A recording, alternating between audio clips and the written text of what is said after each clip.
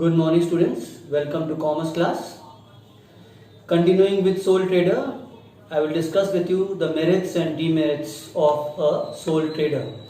So, on page 75, there are merits given. You may mark in your book. They are very simple to understand because already you understood the meaning and the features. So, they can be expressed in terms of merits. The first one is easy formation, that is, a sole proprietorship form of business can be started easily, quickly, because there are no legal formalities to be complied with, no documents has to be filled, no registration has to be done with the government. So they can start the business as and when they wish to. You underline the lines. A sole proprietorship can be set up easily and quickly, no legal formalities and expenditure involved. Line number 4.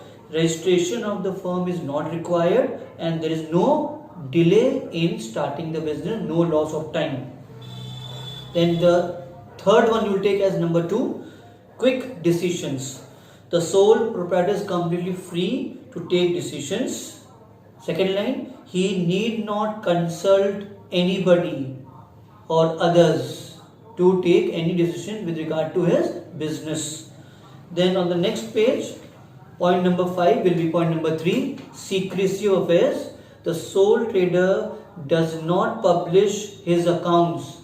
That is, like partnership or especially in joint stock company, they have to publish in the newspaper or in the journals about the assets and liabilities of their business, that is the balance sheet. A sole proprietor does not have to do this. He is not expected to share his secrets with anybody or with others. Next will be personal touch. The sole proprietor can maintain personal contact with his customers and employees. He can cater to the requirements, can meet the requirements of each and every customer as and when the demand takes place. And number 10 will be number 5, easy dissolution. A sole proprietor form of business can be dissolved very easily because it is very simple and convenient to dissolve. There are no any legal formalities required to dissolve the sole proprietorship form of business. Then you have the demerits. There are 5 of them only, all 5. In that you mark the following lines. The first one is limited capital resources. The financial resources of a sole trader are limited because he alone contributes the capital. No other person contribute or be a part of his business. He has limited funds and borrowing capacity is limited. That means he cannot borrow huge sums of money from the bank or from his relatives or friends because he has to pay them back, repay them back. So he borrows only small amounts. Limited managerial ability, that means he may not be trained, he may not be skilled, he may not be having the full knowledge of management. One person cannot be expert in each and every function of business. Line number 3, the proprietor may not be able to denote sufficient time to all the activities of the business. He may commit errors of judgment, he may take wrong decisions in a hurry, and his decision may be unbalanced, may not be correct, and he may run into losses. Unlimited liability. The proprietor is personally liable for all the losses of the business. Fear of loss of personal property due to failure of business makes the proprietor very cautious and conservative. That is, if the losses are not met from the business profits or business assets, his personal assets, his personal property, land, jewelry, whatever he owns will be taken into account to pay off the liabilities of the business. Uncertain life. Sole proprietorship does not ensure continuity of existence.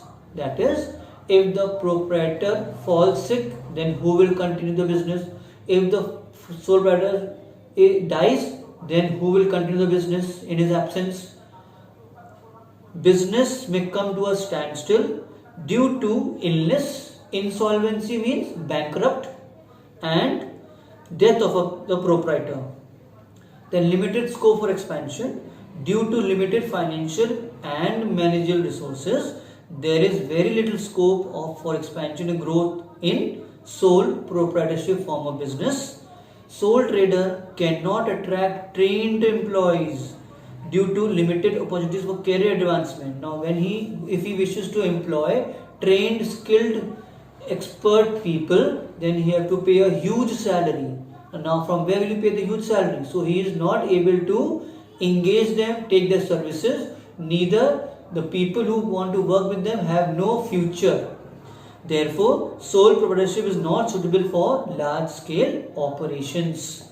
The other topics like suitability, social utility of sole proprietorship, expansion of sole proprietorship, advantages of a partner, admission of a partner, causes of survival of sole trader is not in syllabus. That is all for today.